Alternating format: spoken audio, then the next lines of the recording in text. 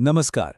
आज हम बात करने वाले हैं एक ऐसे नाम की जो हिंदी साहित्य और आज़ादी की लड़ाई दोनों में ही बहुत बड़ा है। राम नरेश त्रिपाठी। एक ऐसी आवाज़ जिसने सच में एक पूरी पीढ़ी को जगा दिया था। चलिए शुरुआत ही इन्हीं पावरफुल लाइन से करते हैं। ये सिर्फ शब्द नहीं है, ये वो आग है, वो देशभक्ति की आग जो राम नरेश त्रिपाठी के हर काम में, हर सोच में धधकती थी। तो बात करते हैं राम नरेश त्रिपाठी की, एक ऐसी आवाज जो आज़ादी के लिए बुलंद हुई। उनके लिए ना कला और देश की आज़ादी की लड़ाई ये दो अलग अलग चीजें थी ही नहीं। अच्छा, उनके काम को समझने के लिए ना हमें थोड़ा उस दौर में चलना होगा जिसमें वो लिख रहे थे। इसे कहते हैं पूर्व छायावादी युग। मतलब एक ऐसा टाइम जब हिंदी लिटरेचर का फोकस समाज सुधार और देश प्रेम पर था। तो कौन थे आखिर ये राम नरेश त्रिपाठी? देखिए, 1881 में यूपी के सुल्तानपुर में जन्म हुआ, पर वो सिर्फ एक राइटर नहीं थे। नहीं, वो एक टीचर थे, एक फ्रीडम फाइटर थे और इन सब के दिल में एक मानवतावादी सोच रखते थे। और इन सब किरदारों को एक ही धागा जोड़ता था, राष्ट्रवाद। उनकी कला और उनकी देशभक्ति असल में एक ही चीज थी। उनकी कविताएं सिर्फ शब्द नहीं थी, वो आज़ादी के लिए एक पुकार थी। चलिए देखते हैं कैसे। अब जरा इस टाइमलाइन को देखिए।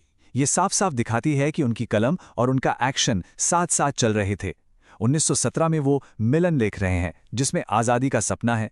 1920 में पथिक लिख रहे हैं जो गुलामी से निकलने का रास्ता बताता है। और इसी दौरान असहयोग आंदोलन में हिस्सा लेने की वजह से वो जेल में हैं। मतलब जो वो लिख रहे थे वही वो जी भी रहे थे। और गांधी जी का असर वो तो बहुत ही गहरा था। उन्होंने खुद कहा, और ये उनके ही शब्द हैं, मेरी पूरी मनोभूमिका को सत्याग्रह युग ने निर्मित किया है।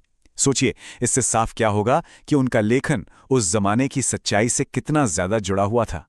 पर कहानी यहीं खत्म नहीं होती। त्रिपाठी जी को सिर्फ एक देशभक्त कवि कहना उनके टैलेंट के साथ नाइंसाफी होगी। वो इससे कहीं ज्यादा थे। जरा देखिए तो, उपन्यास, कहानी, नाटक, व्यंग्य, यहां तक कि ट्रांसलेशन भी।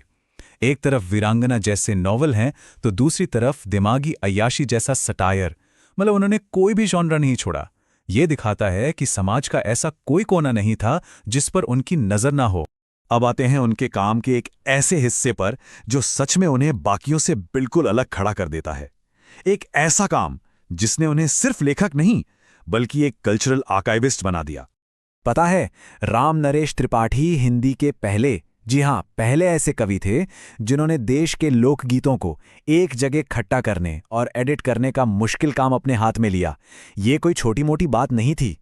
और ये किया कैसे उन्होंने? अरे, ये कोई आसान काम बिल्कुल नहीं था। सोचिए, वो गांव-गांव घूमे, कभी-कभी तो देर रात तक घरों के पीछे बैठकर शादी ब्याह के गीत और सोहर सुनते थे, उन्हें चुनते थे, लिखते थे। और इसी मेहनत का नतीजा था कविता कौमुदी, एक 8 पार्ट्स का कलेक्शन। और ये तो बस शुरुआत थी। उनका ये जो नया रास्ता बनाने का जुनून था ना, वो यहीं नहीं रुका। उन्हें हिंदी चिल्ड्रंस लिटरेचर का, कह सकते हैं, पितामह भी माना जाता है। मतलब उन्होंने सालों तक बच्चों की एक मैगजीन चलाई, बानर। बच्चों के लिए ढेरों किताबें लिखी। और तो और बा और बापू जैसा नाटक लिखा जो हिंदी के सबसे पहले 1 एक्ट प्लेज में गिना जाता है। वो सिर्फ अपने आज के लिए नहीं लिख रहे थे, वो आने वाली पीढ़ी की सोच को, उनके भविष्य को गढ़ रहे थे। तो आखिर राम नरेश त्रिपाठी की विरासत क्या है? वो हमारे लिए क्या छोड़ गए? वो शब्द छोड़ गए। ऐसे शब्द जो आज भी जिंदा है और हमेशा रहेंगे। उनकी सबसे फेमस लाइंस तो एक प्रार्थना बन गईं। एक ऐसी प्रार्थना जो पता नहीं कितनी पीढ़ियों ने देश के कोने कोने में स्कूलों की असेंबली में गाई होगी। इससे पता चलता है कि उनके शब्दों में कितनी ताकत थी, कितनी पहुंच थी।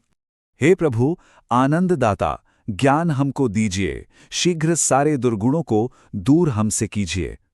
याद आया कुछ? ये पंक्तियां आज भी बहुतों के जहन में होंगी।